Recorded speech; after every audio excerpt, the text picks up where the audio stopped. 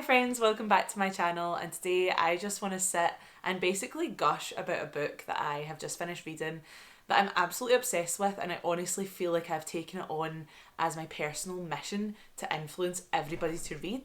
So today we're going to be talking about The Ghostwoods by CJ Cooke. So as always, grab your beverage of choice and let's get into it. Quick shout out to my beverage today.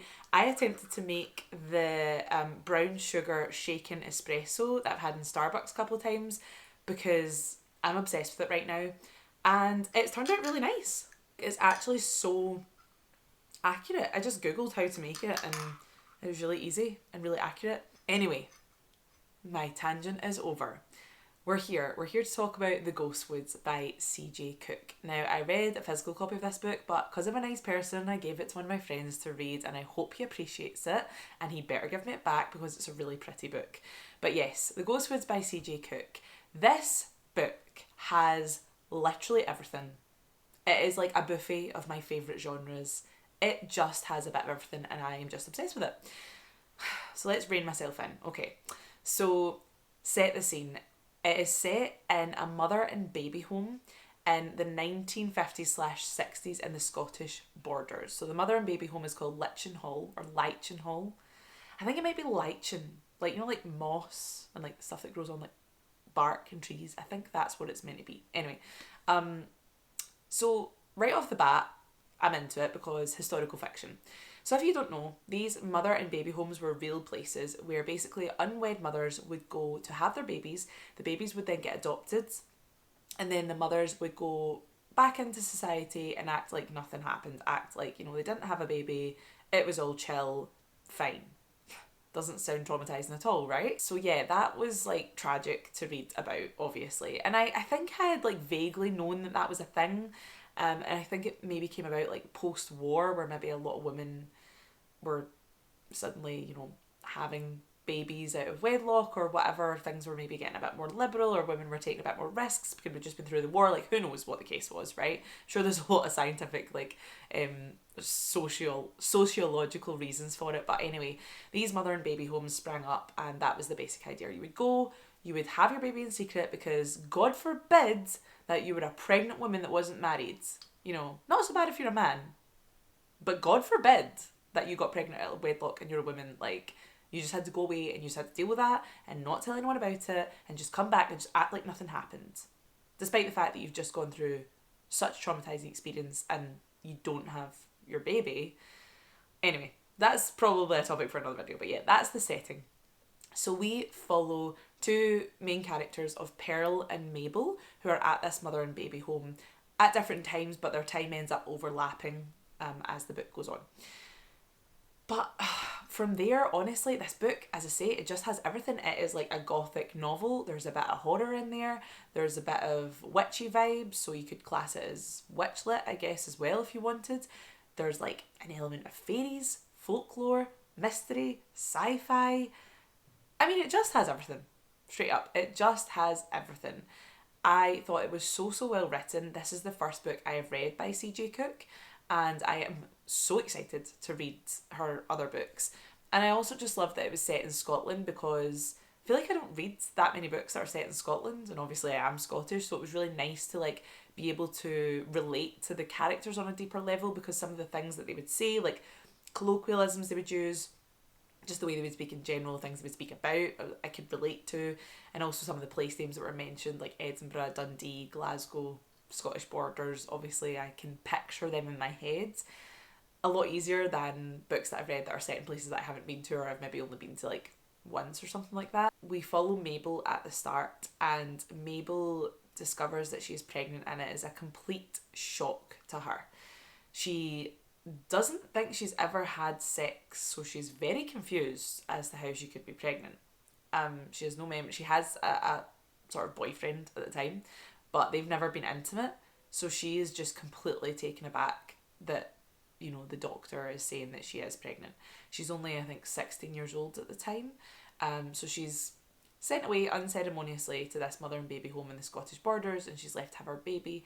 But once her baby comes along, it seems like there's something different about him. She notices straight off the bat that his very skin looks different.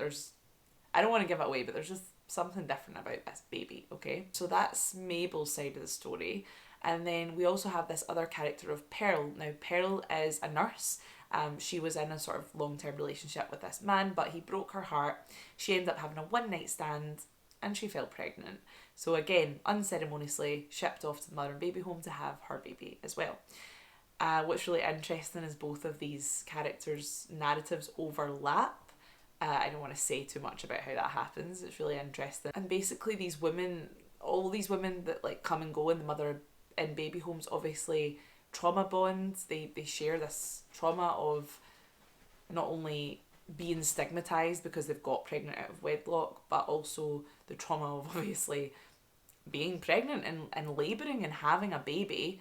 The woman that runs this mother and baby home is really against bringing doctors, so everything is done, and so they don't have access to like a normal labour ward facility. It's just very much like they all pitch in and help with the births and just fingers crossed hope it goes well. So obviously that's really traumatic. So a lot of these women trauma bond. Some of them don't. Some of them just shut down, you know, and that's it. So there's a really interesting dynamic of like females kind of banding together through this shared experience of trauma, but also motherhood and giving birth and everything that entails, and in most cases having their babies then ripped away from them. So it's really tragic. There is a lot of sadness in this book, but what I loved about it is there's just so much mystery.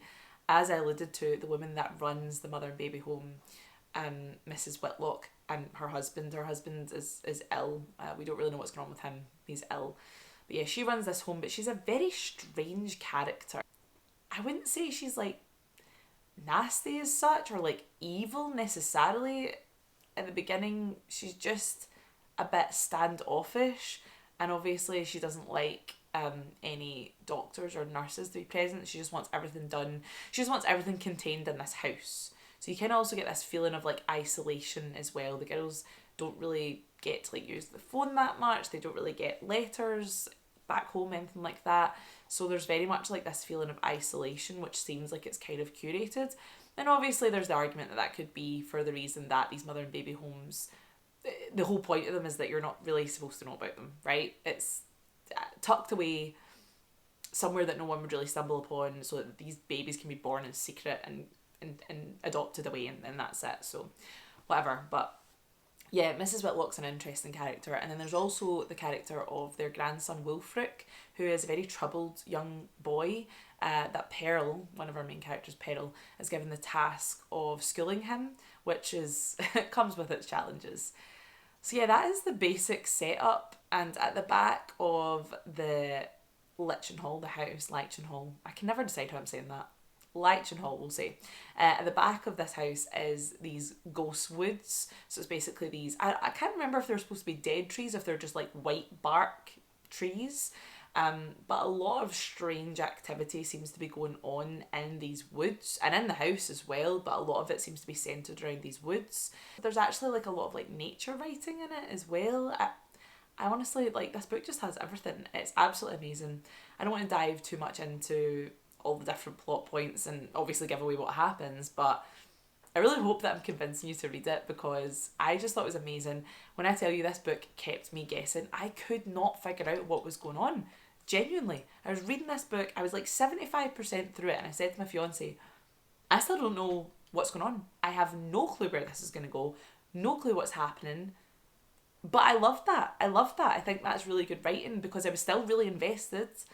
I was still following it. I wanted to know, but I didn't have a solid theory. And then the last 100 pages, it was like bam, bam, bam. You were just finding things out, discovering things, realising things. People were showing their true colours, and you're like, whoa. I just thought this was so well written, and I really hope that by now I have convinced you to pick this book up. I don't make anything from that, by the way. Like, CJ Cooke has not paid me, I wish. But I just think you should do yourself a favour and read this book. And I am, like, honestly so excited to read their other books. So yeah, that was my ramble about the Ghost Woods by CJ Cooke. I hope you enjoyed it, and I hope it made even the slightest bit of sense. I'm not sure that it did. If you haven't already, please go follow me over on TikTok, because I post lots of bookish content a lot more regularly. So please come and chat to me over there. Let's be bookish friends. Don't forget to like and subscribe if you do like my content. Let me know if you're going to read the Ghost Woods or if you've already read it. I'd love to chat about it with you in the comments. But as always, thank you so much for watching, and I'll see you in the next one. Bye!